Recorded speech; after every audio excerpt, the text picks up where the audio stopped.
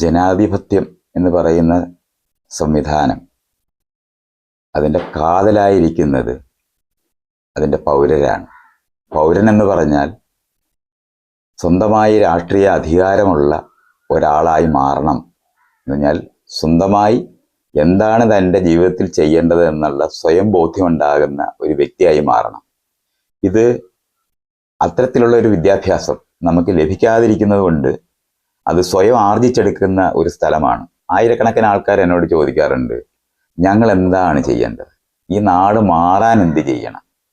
എനിക്ക് അവരോട് പറയാൻ ഒരൊറ്റ ഉത്തരമേ ഉള്ളൂ, അത് നിങ്ങൾ രാഷ്ട്രീയ അധികാരം എന്താണെന്നും ആ രാഷ്ട്രീയത്തിനകത്ത് എങ്ങനെയാണ് എൻ്റെ പങ്ക് ഉറപ്പാക്കുന്നതും എന്ന് മനസ്സിലാക്കുക എന്നുള്ളതാണ്. അപ്പോൾ ഈ പഴയ ഒരു സ്റ്റേറ്റ്മെൻ്റാണ് think globally and act locally എന്ന് പറയുന്നത്. നമ്മൾ ലോകത്ത് സമാധാനം വരണോ എന്ന് പറയുമ്പോൾ